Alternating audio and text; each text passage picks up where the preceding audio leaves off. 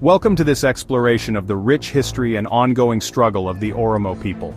To truly understand their fight for freedom, we must first examine the colonial structures that have shaped their past and continue to define their present. While colonialism is often associated with European expansion in Africa and Asia, it has also existed within Ethiopia in the form of Abyssinian colonialism. This system of domination has subjugated the Oromo and other indigenous nations for over a century. This documentary explores the historical roots of Abyssinian colonialism and its lasting impact on the Oromo nation. We will explore the political, economic, social and psychological dimensions of this colonial rule, and examine the resilience of the Oromo people in their pursuit of self-determination. By tracing the evolution of their struggle, from early resistance movements to the rise of modern nationalist movements and the youth-led Qeerroo uprising. We will uncover the enduring spirit of a people determined to reclaim their identity and assert their rights. Join us as we trace the past, analyze the present, and envision a future where justice and freedom are fully realized for the Oromo nation. Colonialism is a practice by which a powerful nation establishes control over a foreign territory, exploiting its resources and people for the colonizer's benefit. This control can manifest in various forms, including direct governance, economic dominance, and cultural imposition. The process often involves the subjugation and marginalization of local populations, leading to significant disruptions in indigenous cultures, social structures, and economies. Historically, colonialism is most commonly associated with European powers such as Britain, France, and Spain. These nations expanded their empires across Africa, Asia, and the Americas, from the 15th to the 20th centuries. These colonial endeavors were driven by a combination of economic interests, strategic considerations, and a belief in the cultural superiority of the colonizers. However, colonialism is not confined to the past or to European powers alone. Modern forms of colonialism can be observed within contemporary states where dominant groups impose their will on marginalized communities. An example of this is Abyssinian colonialism in Ethiopia. We are going to see in detail below how Abyssinian colonialism has imposed unspoken rules and policies that marginalize indigenous populations, perpetuating social and economic inequalities. The script is complete, flows well, and is coherent. It effectively defines colonialism, provides historical context, and connects past practices to modern examples, maintaining logical progression throughout. To fully grasp the depth of the Oromo struggle, it is essential to understand the various forms and methods of colonialism, along with the unspoken rules that governed them. Each form and method of colonialism has uniquely shaped the experiences of colonized nations, often following unwritten guidelines. First, settler colonialism involves establishing permanent settlements, displacing indigenous populations. An unspoken rule was to claim the land as empty or unused. This form was prevalent in the Americas and Australia, leading to the near extinction of native cultures and societies. Second, exploitation colonialism focuses on extracting resources without significant settlement. The unspoken rule was to maximize profit while minimizing investment in the local population. This method relies heavily on forced labor and was notably seen in the Congo under Belgian rule. Third, internal colonialism is another form where a dominant national or political group within a region subjugates other groups. The unspoken rule was to maintain control through systemic marginalization. This is particularly relevant to our discussion on Abyssinian colonialism, where the Abyssinian regime annexed its neighboring nations by force and subjugated nations such as the Oromo, Sidama, Walaita, and many others. Fourth, neocolonialism represents a more modern form of control where economic and political dominance persists even after formal independence. The unspoken rule here is to maintain influence through economic dependencies. This is often achieved through multinational corporations and foreign aid dependencies, ensuring that former colonies remain economically dependent on their former colonizers. Understanding these forms of colonialism and their unspoken rules helps us see the broader picture of how domination and exploitation have been systematically enforced, shaping the socio-political landscapes of the colonized regions. The enduring legacy of colonialism is evident in the post-colonial landscape, as colonized nations continue to grapple with its long-term consequences.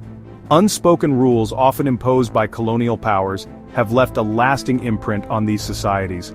Politically, colonial rule dismantled indigenous governance structures, leading to weak nation-states that inherited authoritarian legacies. These unspoken rules of governance have perpetuated instability. Economically, colonial exploitation left many African nations dependent on resource extraction and global market fluctuations, fostering underdevelopment and economic vulnerability. The unspoken rule of economic dependency continues to hinder progress. Socially, colonizers imposed their languages, religions, and cultural norms, leading to cultural alienation and the erosion of indigenous knowledge. These unspoken cultural rules have deeply affected identity and heritage. Psychologically, colonial subjects were often indoctrinated with inferiority complexes, internalizing racist ideologies that devalued their cultures. The unspoken rule of racial hierarchy has had a lasting psychological impact. The impact of colonialism on colonized nations is profound and enduring, including loss of sovereignty. Traditional governance structures were dismantled and replaced with foreign systems that often excluded indigenous participation. Weak nation-states, post-colonial borders ignored ethno-linguistic realities, leading to instability and conflict. Authoritarian legacy. Many African nations inherited oppressive colonial administrative structures which continued after independence. Resource extraction. African economies were structured to serve European industrialization, with little investment in local development. Dependence on monoculture. Colonized economies were forced into single crop or single resource dependence, making them vulnerable to global market fluctuations. Underdevelopment. Colonial policies hindered industrialization, keeping Africa dependent on Western economies. Erosion of indigenous knowledge. Traditional education, medicine, and governance were devalued and replaced with European models. Cultural alienation. European languages, religions, and lifestyles were imposed, leading to identity crises. Ethno-linguistic conflicts. Colonial powers created artificial divisions and hierarchies among groups, fostering post-independence tensions. Inferiority complex. Colonized people were often subjected to racist ideologies that depicted them as inferior. Western-centric worldview. The idea that progress is defined by Western values continues to shape post-colonial development models. For the Oromo people, colonialism has manifested in a specific and profound way, through the colonialism perpetuated by Abyssinian rulers, particularly from the late 19th century onward. Understanding these impacts is crucial for recognizing the challenges faced by the Oromo and other colonized nations in their quest for self-determination and liberation. The next section will delve into the specific struggles of the Oromo people and how Abyssinian colonialism has shaped their fight for freedom. Abyssinian colonialism refers to the systematic subjugation and exploitation of the Oromo and other groups. This began in the late 19th century with the brutal conquest of Oromiyaa by Menelik II, aided by European weapons and support. The Oromo were subjected to 1. Land expropriation. Oromo land was seized and given to Abyssinian settlers, disrupting traditional agricultural practices and livelihoods. 2. Cultural suppression. Afaan Oromo, the Oromo language, was banned, and Oromo religious practices were suppressed, replaced by the imposition of Amharic and Orthodox Christianity. 3. Political marginalization. The Oromo were excluded from governance, with the traditional Gadaa system undermined by Abyssinian rulers. 4. Economic exploitation. Oromiyaa's vast natural resources such as coffee, gold, and livestock were exploited without benefiting the local population. 5. Violence and repression. Uprisings and resistance were met with brutal repression, such as the Anole and Chalanko massacres. The colonial nature of Abyssinian rule continues today, as the Ethiopian government remains focused on maintaining control over Oromiyaa and other marginalized regions. While both European and Abyssinian colonialism share similarities in their oppressive and exploitative nature, they differ significantly in their methods, scope, and impact. Below is an expanded comparison of 7 key differences between the two colonial systems. 1. Geographical scope. European powers such as Britain, France, Portugal, Belgium, and Spain expanded their colonial rule across vast territories in Africa, Asia, and the Americas. Abyssinian colonialism was confined to the Horn of Africa, occupying various nations such as Oromiyaa, Sidama and Wolida.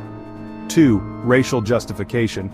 European colonial powers relied on scientific racism to justify white superiority. Abyssinian rulers justified their expansion through ethnic and religious superiority. 3. Economic goal. European colonialism focused on resource extraction and global trade networks. Abyssinian colonialism relied on land seizure, forced labor, and feudal exploitation. 4. Cultural impact. European powers imposed their languages, religions, and educational systems on the colonized. Abyssinian rulers imposed Amharic language, Orthodox Christianity, and Abyssinian culture. 5. Governance. European powers adopted different governance models based on their strategic interests. Abyssinian colonial rule was characterized by military occupation and centralized authoritarian control. 6. Knowledge and technology transfer. European colonialism facilitated knowledge and technology transfer, albeit exploitative. Abyssinian colonialism offered no such knowledge transfer, contributing nothing except military dominance and taxation. 7. End of colonialism. Most European colonies gained independence in the 20th century through anti-colonial struggles. Abyssinian colonial rule has not ended, with nations like Oromiyaa still under Ethiopian domination. In summary, while both European and Abyssinian colonialism share core characteristics of domination and exploitation, their methods and impacts differ significantly. The struggle against Abyssinian colonialism remains unresolved, making it a unique case of an ongoing colonial system in the modern world. The Oromo people have waged a protracted struggle for freedom, seeking self-determination, cultural revival, and economic independence from Abyssinian colonial domination.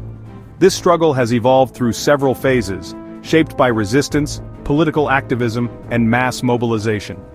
Following the conquest of Oromiyaa by Menelik II in the late 19th century, various Oromo regions mounted sporadic resistance, though they were ultimately subdued by the superior firepower of Abyssinian forces. The Naftanyaa Gabar system forced Oromo peasants into servitude under Abyssinian settlers, disrupting Oromo social structures and imposing an oppressive land tenure system. Despite the brutal subjugation, localized resistance continued through guerrilla warfare and cultural preservation efforts. The 1960s saw the emergence of a nationalist movement, with intellectuals and activists beginning to articulate Oromo identity and demand autonomy.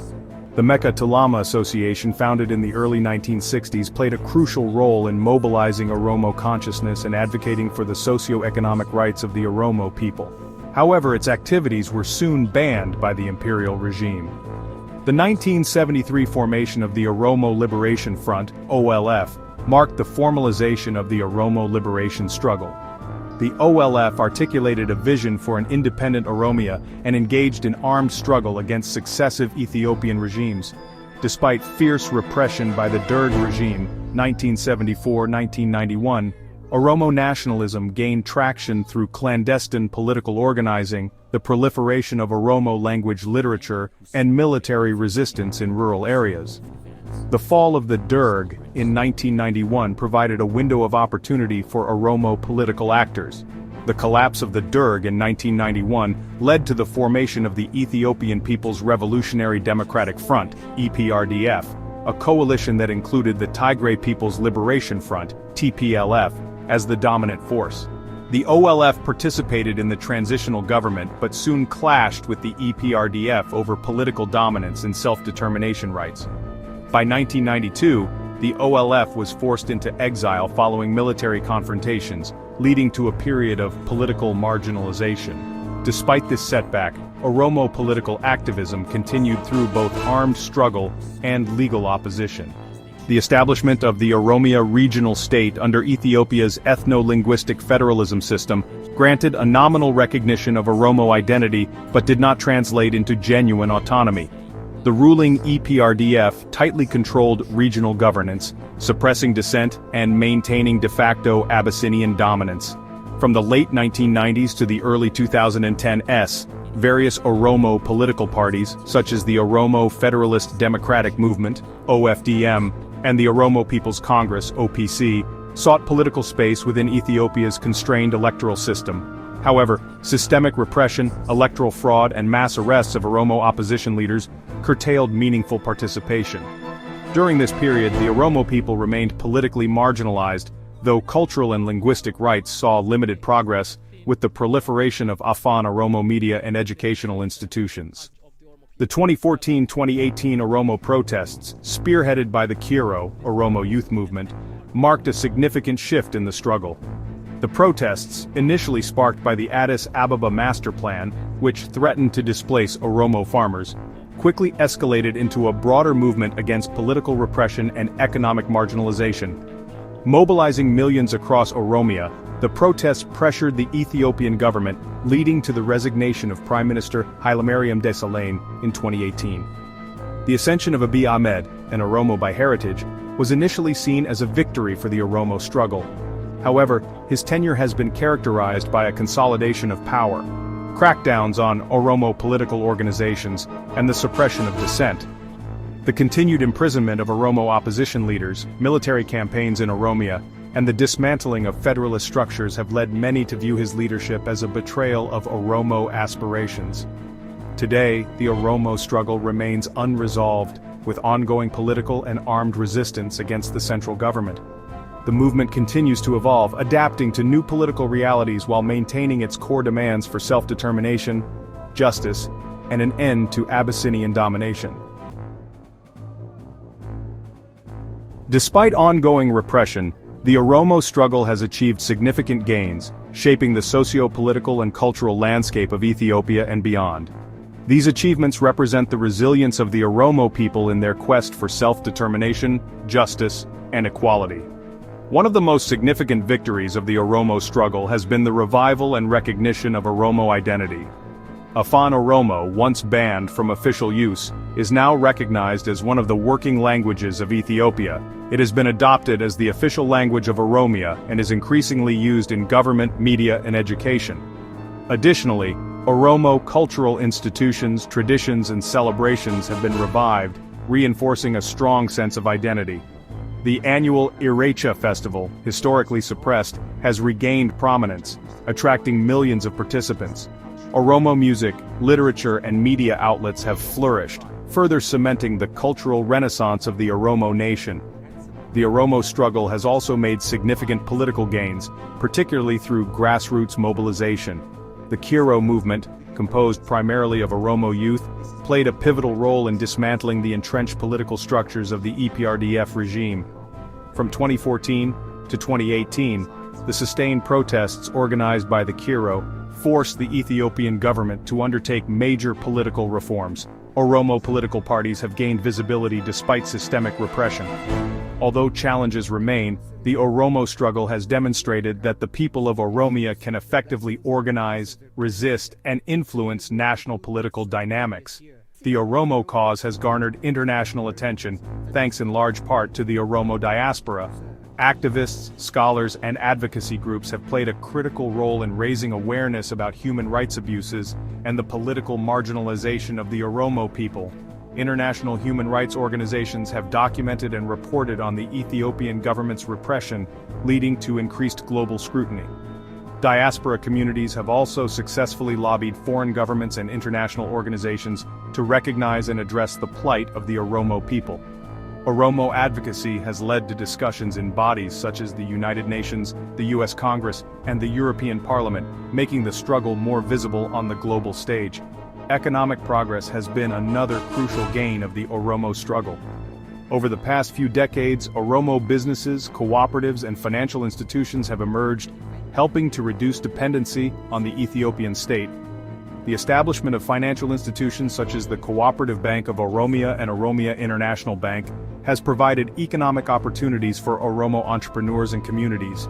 The growth of trade and commerce within Oromiyaa has also contributed to the economic empowerment of the Oromo people. Agricultural advancements and investments in local industries have strengthened economic self-sufficiency. Despite ongoing structural challenges, these developments signal a move toward greater economic independence for the Oromo nation. While the struggle for self-determination and justice continues, the Oromo movement has achieved significant gains in cultural revival, political mobilization, international recognition, and economic empowerment. These achievements demonstrate the resilience and determination of the Oromo people in reclaiming their rights and shaping their future. However, the fight for full political and economic autonomy remains ongoing, requiring continued vigilance, organization, and advocacy. Despite significant gains, the Oromo people continue to face numerous challenges in their quest for freedom, self-determination, and justice. These challenges stem from systemic political repression, economic exploitation, state violence, and internal divisions. The Ethiopian state systematically suppresses Oromo political participation. Oromo leaders and activists are frequently arrested, imprisoned, or assassinated under fabricated charges. Political organizations advocating for Oromo self-determination face constant crackdowns. Elections in Ethiopia remain unfree and unfair, with Oromo parties systematically sidelined. Widespread censorship and surveillance of activists further erode the Oromo people's ability to express their demands. The Ethiopian government uses military force to suppress Oromo resistance, particularly in rural Oromiyaa. Reports of extrajudicial killings, enforced disappearances, and violent crackdowns on peaceful protests are widespread. Military operations targeting Oromo communities have led to the displacement of thousands. Oromiyaa, the largest and most resource-rich region in Ethiopia, remains economically marginalized. Despite its vast resources, the benefits primarily flow to the Ethiopian state and foreign corporations. Land grabbing by government-backed investors has displaced countless Oromo farmers. The Ethiopian regime has long exploited divisions within the Oromo nationalist movement. Differences in ideology and strategy have created fragmentation, reducing the effectiveness of the movement. The Ethiopian state exerts significant control over media narratives, silencing independent Oromo voices. Oromo media outlets face censorship, shutdowns, and targeted attacks on journalists. Internet blackouts and communication restrictions prevent the spread of information on state violence. State-controlled media outlets portray Oromo demands as extremist threats, fueling disinformation campaigns. These challenges underscore the entrenched nature of Ethiopia's colonial legacy over Oromiyaa. Overcoming these challenges requires sustained resistance, strategic unity, and continued international advocacy. The struggle for Oromo freedom is ongoing, and several strategies must be pursued to achieve full sovereignty, economic independence, and cultural revival. A well-coordinated and multifaceted approach is necessary to dismantle the structures of Abyssinian colonialism and pave the way for a self-determined future for the Oromo people. One of the most pressing needs for the Oromo struggle is the consolidation of political unity among nationalist forces. Building a unified front that embraces diverse approaches to self-determination, including armed resistance, diplomacy, and electoral participation, is crucial. Economic independence is essential for breaking the chains of colonial domination. Oromiyaa is endowed with vast natural resources, yet the benefits of these resources have historically flowed to the Ethiopian state and foreign corporations, rather than to the Oromo people. Establishing and strengthening Oromo-owned financial institutions, cooperatives, and industries will ensure that wealth generated in Oromiyaa benefits its people. Developing sustainable agricultural practices, investing in technology and infrastructure, and promoting trade networks that prioritize Oromo businesses will enhance self-reliance. The preservation and advancement of Oromo culture and identity are fundamental to achieving true sovereignty. Expanding Afaan Oromo education programs from primary schools to universities will ensure that future generations are educated in their native language and history. Revitalizing Oromo cultural practices including the Gadaa system, Qeerroo celebrations, and indigenous conflict resolution mechanisms will strengthen social cohesion and reinforce national identity. Strengthening grassroots movements, particularly the Qeerroo movement, remains essential for resisting Ethiopian state oppression. The Oromo youth have demonstrated their capacity to mobilize millions and effect political change. Strengthening their networks, providing resources, and developing strategies for sustained civil disobedience will weaken the Ethiopian state's hold on Oromiyaa. Engaging with international institutions, such as the United Nations, African Union, and human rights organizations, is necessary to bring global attention to the Oromo struggle. documenting and exposing human rights violations committed by the Ethiopian state will increase international pressure for accountability and reform. The Oromo diaspora, dispersed across various countries due to political persecution and economic hardship, has emerged as a crucial force in the struggle for Oromo freedom and justice. While geographically distant from their homeland, the diaspora remains deeply engaged in the cause through advocacy, diplomacy, financial contributions, and cultural preservation. Their collective efforts amplify the voices of the oppressed and sustain the resilience of the Oromo people. One of the most significant roles of the Oromo diaspora is raising global awareness about the oppression of the Oromo people. Through organized demonstrations, media engagement, and lobbying efforts, they bring international attention to issues such as state-sponsored violence and human rights violations. Diaspora-based advocacy organizations work tirelessly to inform policymakers and international organizations about the ongoing injustices in Oromiyaa. These efforts help pressure influential governments and global institutions to hold the Ethiopian regime accountable. Furthermore, the diaspora actively engages in diplomatic efforts to build alliances with other oppressed nations and international actors sympathetic to their cause.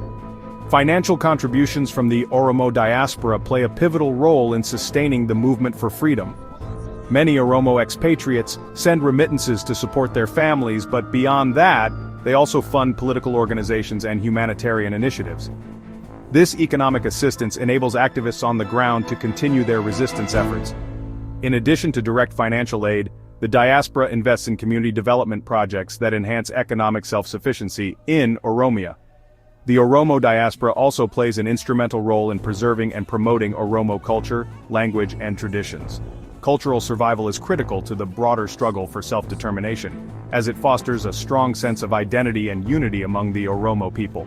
Through the organization of Irika celebrations and language education programs, the diaspora ensures that younger generations remain connected to their heritage. Oromo media platforms serve as essential tools for countering misinformation and providing a voice for the Oromo struggle.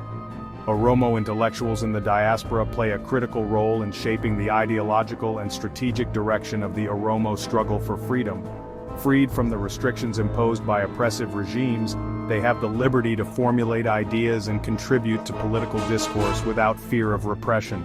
Their research and scholarly work provide valuable insights into historical injustices and pathways to self-determination. Through academic publications and conferences, they offer well-researched proposals on transitional justice and democratic governance. Beyond advocacy and financial support, the Oromo diaspora actively participates in imagining and planning for a sovereign Oromiyaa. Intellectuals and activists within the diaspora contribute to political discourse and strategic planning aimed at achieving long-term solutions for the Oromo people. In summary, the Oromo diaspora is an indispensable force in the struggle for freedom and sovereignty. Their advocacy efforts bring international attention to the plight of the Oromo people.